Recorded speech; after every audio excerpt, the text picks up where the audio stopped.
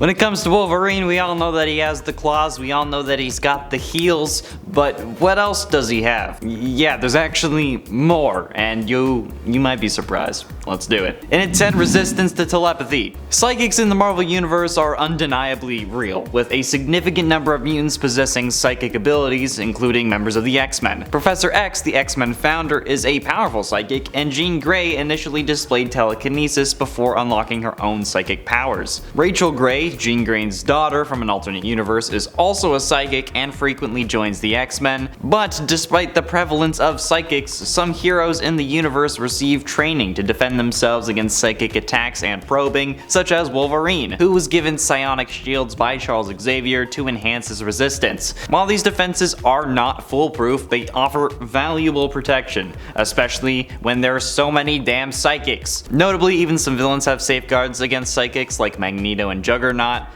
who has that helmet that prevents Professor X from accessing their thoughts. But in a bizarre turn of events, Red Skull consumed Professor X's brain, gaining psychic abilities himself. So there you go, Wolverine, you'll be able to fight against Red Skull a little bit more, I guess. Is that really a common problem for you? I don't think so. And at 9, lie detection. Logan, or Wolverine, whatever you want to call him, possesses a heightened sense of smell and hearing that surpasses that of an average human. His sense of smell is incredibly potent, which allows him to detect scents from a considerable distance, making it useful for tracking down enemies, but this acute sense of smell enables him to actually pick up on certain emotions as well, such as fear, which is emanating from individuals, pheromones, all that jazz. Okay? His hearing is also quite exceptional, allowing him to perceive sounds that are far away and even detect softer noises that are typically beyond the range of normal perception. So, combining these powers, Wolverine actually becomes basically a human lie detector. By focusing on a specific person, he can determine if they are telling the truth or not by relying on his sense of smell, detecting changes in their scent and sweating patterns if they lie, while using his hearing to actually concentrate on their heartbeat and detect any shifts in their tone of voice, which is pretty dope, and I wish I had that in my last relationship.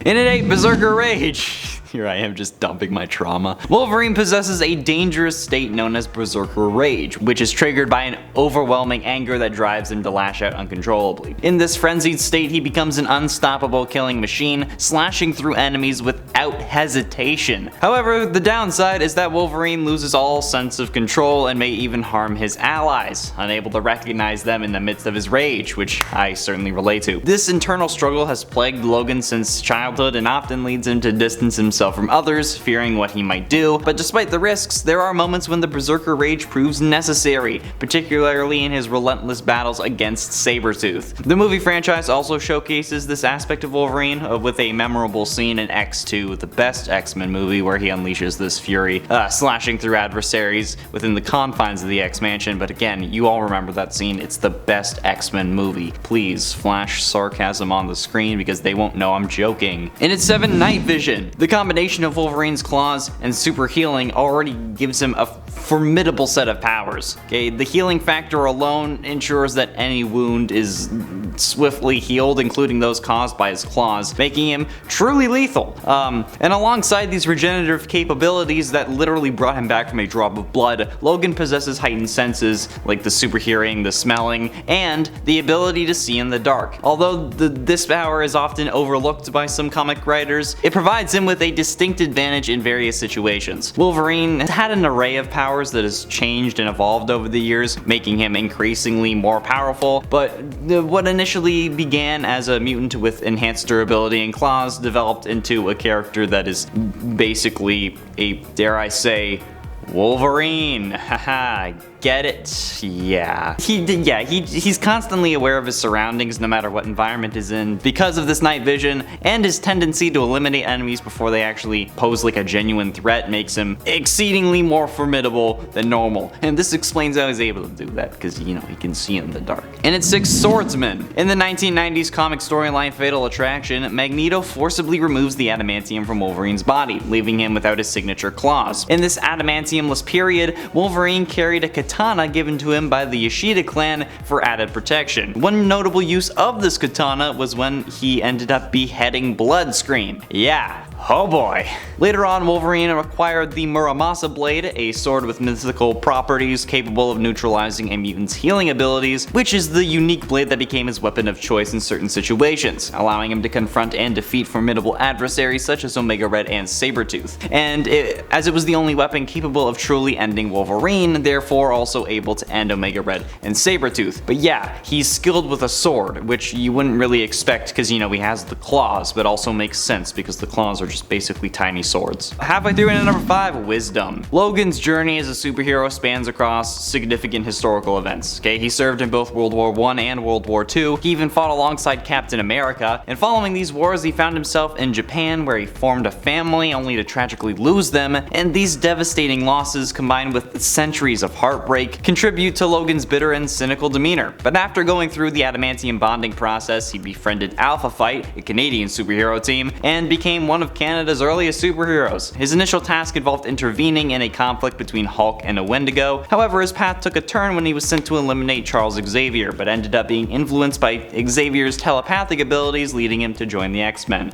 But still, okay, Wolverine's wealth of experiences and wisdom greatly influenced the X-Men's journey, and I mean, with an extended lifespan comes years to learn and become wiser, which he clearly has, so then it only continues on. So yeah, dude, damn, well done. Good for you. In at 4, Feral Form. The 90s marked a peculiar era in comic books characterized by excessive violence, extreme physical attributes, and objectification. But it was a time when unconventional ideas emerged, yielding both remarkable stories like Age of Apocalypse and disappointing ones like the Clone Saga. But surprisingly, Wolverine spent a significant portion of this decade without his adamantium skeleton. Despite losing the metal coating, he did retain his bone claws and healing factor, maintaining, like, you know, the classic Wolverine sort of aspect. However, the supervillain Genesis sought to actually restore Wolverine's adamantium, driven by a desire to serve the powerful Apocalypse. In a failed attempt though, Logan's body rejected the procedure and triggered a dormant mutation. Stripped of adamantium, Wolverine underwent a primal transformation, adopting an animalistic mentality while his nails grew into natural claws. It showcased the profound impact that the absence of adamantium had on Wolverine's body, and he just kind of became a beast, ironically enough. So yeah, he kind of needs the adamantium nowadays, otherwise it kind of goes back. Getting close to the end, in number 3, Super Dad. On Earth 982, Rena was the new girl at high school, where some of the more popular girls tried to make her life miserable, stating that she was the daughter of an immigrant and an unemployed biker and all that. But when her dad, Logan, picked her up from school on his bike,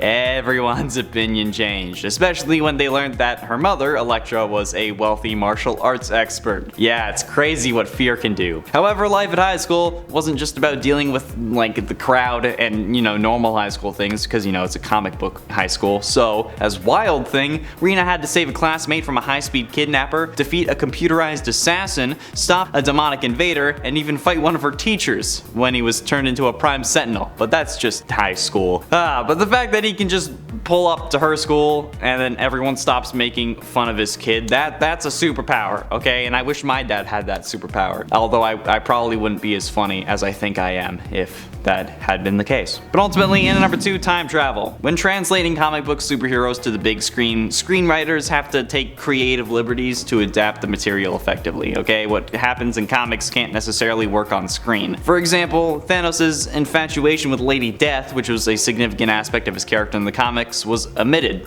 for Infinity War and Endgame, allowing for a more focused portrayal of him. Similarly, the X-Men's colorful costumes were deemed impractical for the early films, leading to more black latex that ironically have aged poorly compared to their comic counterparts. But when the classic Days of Future Past storyline was adapted in the movie of the same name, significant alterations were made. In the comics, Kitty Pryde was the central character sent to the past to save the future, but in the movie, Wolverine took on that role. The film introduced the concept of Kitty Pryde's ability to send someone's consciousness back in time, with the caveat that it damages the mind. Due to his regenerative healing factor though, Wolverine became the only valid candidate to actually go through time that far back and ensure everyone's survival. incredible. And then finally, in at number 1, the Pheonix Force. I mean, like, okay, this is kind of a cop-out, but like, it still happened, okay? It was originally believed that the Pheonix Force was just simply an alternate personality of Jean Grey, or well, I guess the Phoenix was, just emerging when she acquired immense power. However, after Jean's tragic demise in the Dark Phoenix saga, it was retconned that the Phoenix was in fact a cosmic entity, and the Pheonix Force had a knack for possessing individuals, with Jean Grey being its favored host. Over the years though, it has possessed numerous mutants. Rachel Grey, Jean's daughter from an alternate future, Cyclops, Emma Frost, Colossus, Magic, and Namor were all possessed by the Pheonix Force at some point, and simultaneously, in fact, forming the group known as the Pheonix 5, because, you know, you couldn't have one more, otherwise they would be competing with the Sinister Six, and you couldn't have one less, otherwise it would be like the Fantastic Four. You know, there's a lot of numbers that you gotta work with. But yeah, Wolverine has also had it, okay? So there you go. He's had that, and he has all those powers, or at least he has. And you know what, if you want to get mad at me for including this, that's fine. It's just engagement. Comment on the video and tell me how much you hate my guts. Thanks for watching.